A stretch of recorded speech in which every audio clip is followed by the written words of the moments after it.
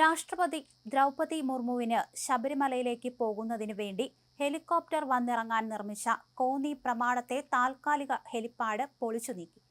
Helipad നിർമ്മാണത്തിന് 20.70 ലക്ഷം ചെലവായി എന്ന വിവരാവകാശ മറുപടി പുറത്തു വന്നതിന് പിന്നാലെ കളക്ടർ ഇത് സംബന്ധിച്ച് പൊതുമരാമത്ത് റോഡ്സ് ഡിവിഷനോട് വിശദീകരണം തേടിയിരുന്നു. എന്നാൽ പ്രമാടം ഇൻഡോർ സ്റ്റേഡിയത്തിൽ കായിക മത്സരങ്ങൾ നടക്കുന്നതിന് താൽക്കാലിക ഹെലിപ്പാഡ് തടസ്സമാണെന്ന് കാണിച്ച് പഞ്ചായത്ത് അധികൃതർ നൽകിയ അപേക്ഷയെ തുടർന്നാണ് പൊളിക്കലെന്നാണ് പൊതുമരാമത്തിന്റെ വിശദീകരണം. താൽക്കാലിക ഹെലിപ്പാഡ് നിർമ്മാണത്തിന് 20.70 ലക്ഷം രൂപ ചെലവായെന്ന വാർത്ത മറുനാടനാണ് പുറത്തുവിട്ടത്. മറ്റു മാധ്യമങ്ങളും ഏറ്റുപിടിച്ചതോടെ ഇത് വലിയ വിവാദമായി.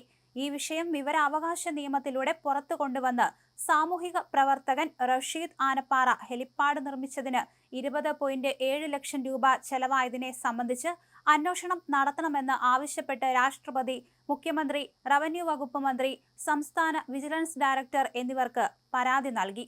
പരാതി അന്വേഷിച്ച് റിപ്പോർട്ട് സമർപ്പിക്കുവാൻ മുഖ്യമന്ത്രിയും റവന്യൂ വകുപ്പ് മന്ത്രിയും ജില്ലാ കളക്ടർക്ക് നിർദ്ദേശം നൽകിയിരുന്നു.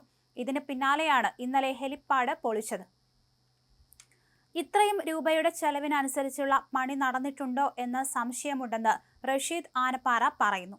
നിർമ്മാണങ്ങളിൽ അഴിമതിയോ പണ അപഹരണമോ അതുപോലെ അനാവശ്യ ചെലവോ നടന്നിട്ടുണ്ടോ എന്ന് അന്വേഷിക്കണമെന്നും അപ്രകാരം നടന്നിട്ടുണ്ടെങ്കിൽ തുക സർക്കാരിൽ മുതൽ കൂട്ടുന്നതിന് ആവശ്യമായ നടപടിയും നിയമ നടപടിയും സ്വീകരിക്കണമെന്നും റഷീദ് ആനപ്പാറ പരാതിയിലൂടെ ആവശ്യപ്പെട്ടു. ജില്ലാ കളക്ടറോട് റിപ്പോർട്ട് ആവശ്യപ്പെട്ടത് അറിഞ്ഞ് ഇന്നലെ പൊളിച്ചു കളഞ്ഞതിൽ ദുരൂഹതയുണ്ടെന്ന് റഷീദ് ആനപ്പാറ പറഞ്ഞു.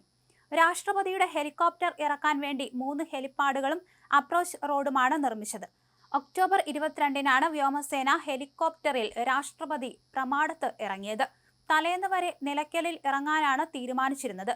നിലയ്ക്കലിൽ മൂടൽമഞ്ഞ് കാരണം കാലാവസ്ഥ മോശമായപ്പോൾ പെട്ടെന്നാണ് ലാൻഡിംഗ് പ്രമാടത്തേക്ക് മാറ്റിയത്. ഏതാനും മണിക്കൂറുകൾ കൊണ്ടാണ് ഹെലിപ്പാഡ് നിർമ്മിച്ചത്. കോൺക്രീറ്റ് നന്നായി സെറ്റ് ആകാതിരുന്നതിനെ തുടർന്ന് ഹെലികോപ്റ്ററിന്റെ ലാൻഡിംഗ് ടയറുകൾ താഴ്ന്നു പോയിരുന്നു. പിന്നീട് പോലീസും അഗ്നിരക്ഷാ സേനയും ചേർന്ന് തള്ളിയാണ് ഹെലികോപ്റ്റർ നീക്കിയത്.